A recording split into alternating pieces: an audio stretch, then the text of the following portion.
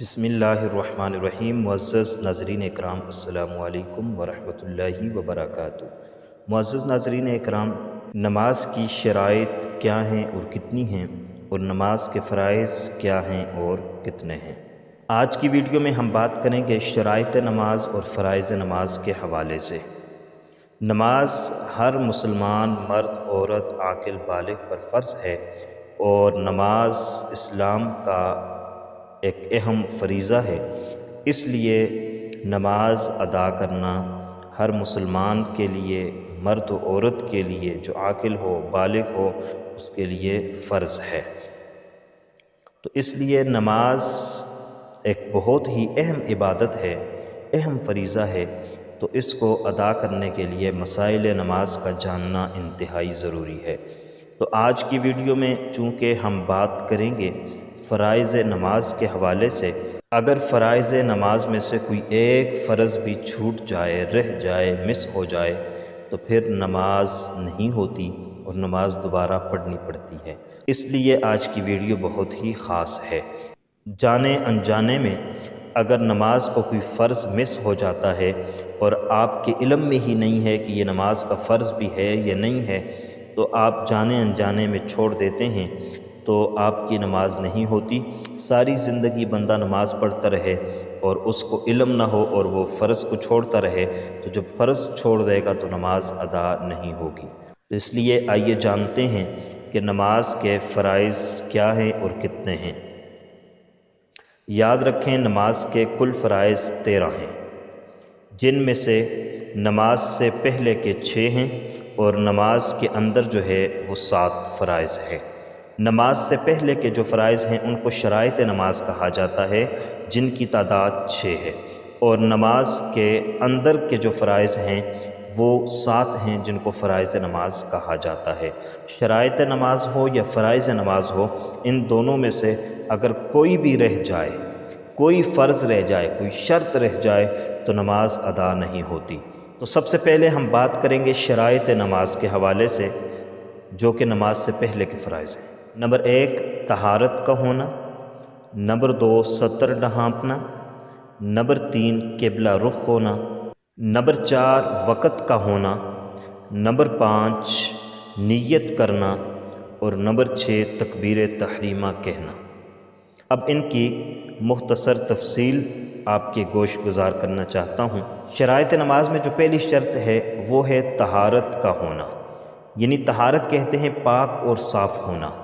तो पाक और साफ़ में 3 चीज़ें हैं: कपड़े पाक हों, जिस्म पाक हो, जिस जगह नमाज अदा कर रहा है वो जगह पाक हो। दूसरी शर्त सतर ढाँपना। मर्द का जो सतर है वो है नाफ से लेकर घुटनों तक, और औरत का सतर सारा जिस्म औरत का सतर है, पर्दा है, सिवाय चेहरे के, हथेलियों के, पाँव के। इसके अलावा सारा जिस्म औरत का सतर है। औरत के बाल भी सतर हैं, इसलिए नमाज़ पढ़ते हुए औरत को दुपट्टा ऐसे ओढ़ना होगा कि उसके बाल नज़र न आएँ। तीसरी शर्त है क़िबला रुख होना। नमाज अदा करते हुए क़िबले की तरफ रुख करना, बैतुल्लाह शरीफ की तरफ, काबा शरीफ की तरफ रुख करना ज़रूरी है। अगर कोई जानबूझकर बैतुल्लाह शरीफ की तरफ रुख नहीं करेगा तो उसकी नमाज अदा नहीं होगी। चौथी शर्त है वक़्त का होना, यानी जो नमाज आप अदा कर रहे हैं उसका वक़्त दाखिल होना ज़रूरी है। अगर वक़्त दाखिल नहीं हुआ या वक़्त निकल चुका है तो नमाज अदा नहीं होगी। 5वें नंबर पर है नियत करना। नियत कहते हैं दिल के पुख्ता इरादे को। आप जो भी नमाज अदा कर रहे हैं तो नमाज अदा करने से कबल आपके ज़हन के अंदर ये इरादा होना चाहिए कि मैं फ़लाँ वक़्त की नमाज अदा कर रहा हूँ, इतनी रकात अदा कर रहा हूँ, और इस वक़्त की नमाज अदा कर रहा हूँ, और सुन्नत, नफ़ल, वाजिब जो भी नमाज अदा कर रहे हैं तो उसका तायीन ज़हन के अंदर बतौर इरादा होना ज़रूरी है। छठे नंबर पर है तकबीर तहरीमा कहना। तकबीर तहरीमा कहते हैं जिस तकबीर से नमाज की इब्तिदा होती है। जब हम पहली तकबीर कहते हैं और जिसमें अपने हाथों को कानों की लो तक उठा देते हैं, और ये उठाते हुए हम अल्लाहु अकबर जो कहते हैं, इसको तकबीर तहरीमा कहा जाता है। فرائض نماز جو نماز کے اندر کے فرائض ہیں ان کی تعداد 7 ہے۔ ان میں نمبر 1 تکبیر تحریمہ کہنا۔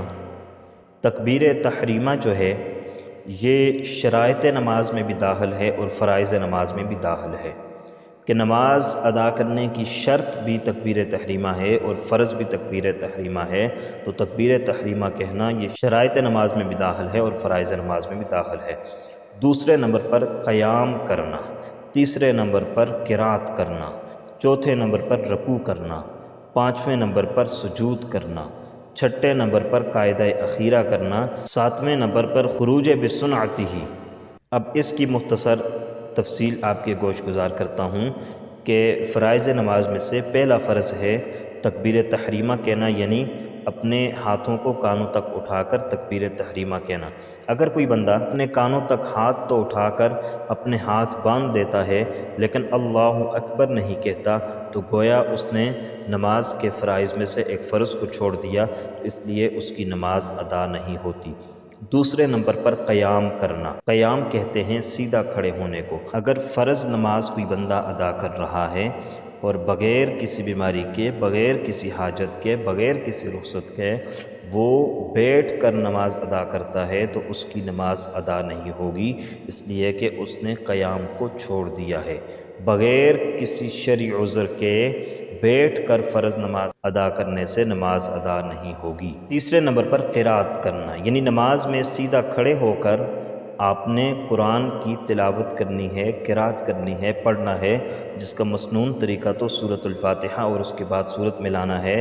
لیکن اگر کوئی بندہ سورۃ الفاتحہ نہیں پڑھتا، سورت نہیں ملاتا، تو کم از کم قرآن کی ایک بڑی آیت یا 3 چھوٹی آیتیں وہ ضرور پڑھے گا۔ چوتھے نمبر پر رکوع کرنا، اور رکوع کہتے ہیں جھکنے کو، تو وہ اس طریقے سے جھکے گا کہ اس کی کمر بالکل برابر ہو جائے۔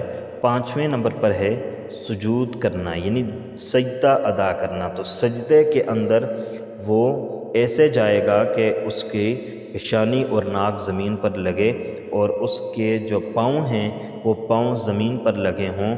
چھٹے نمبر پر قاعدہ اخیرہ کرنا، یعنی جب 2 رکعت کی نماز تھی آپ نے پڑھ لی، یا 4 رکعت کی نماز تھی، یا 3 رکعت کی نماز تھی آپ نے ادا کی، پوری نماز ادا کرنے کے بعد جو آخری قاعدہ ہوتا ہے اس کا ادا کرنا فرض ہوتا ہے، تو اس میں بیٹھنا ضروری ہوتا ہے، اور اتنی مقدار میں بیٹھنا جتنی مقدار میں تشہد پڑھا جاتا ہے، جتنی مقدار میں تشہد یعنی التحیات پڑھا جاتا ہے اتنی مقدار میں بیٹھنا ضروری ہے۔ اور 7ویں نمبر پر خروج بسنتہ، یعنی سلام کے ذریعے سے نماز کا اختتام کرنا، اپنی نماز کو مسنون طریقے سے سلام کے ذریعے سے مکمل کرنا، یہ بھی فرض ہے۔ عزیز ناظرین اکرام، آج کی ویڈیو میں ہم نے فرائض نماز کے حوالے سے بات کی، یہ بہت اہم ہیں، ان کو یاد کیجئے گا، اپنے ذہن میں رکھیے گا، تاکہ جب بھی آپ نماز ادا کریں تو آپ کے ذہن کے اندر فرائض نماز کا ہونا انتہائی ضروری ہے، کیونکہ اگر ایک فرض بھی آپ سے رہ گیا تو آپ کی نماز ادا نہیں ہوگی۔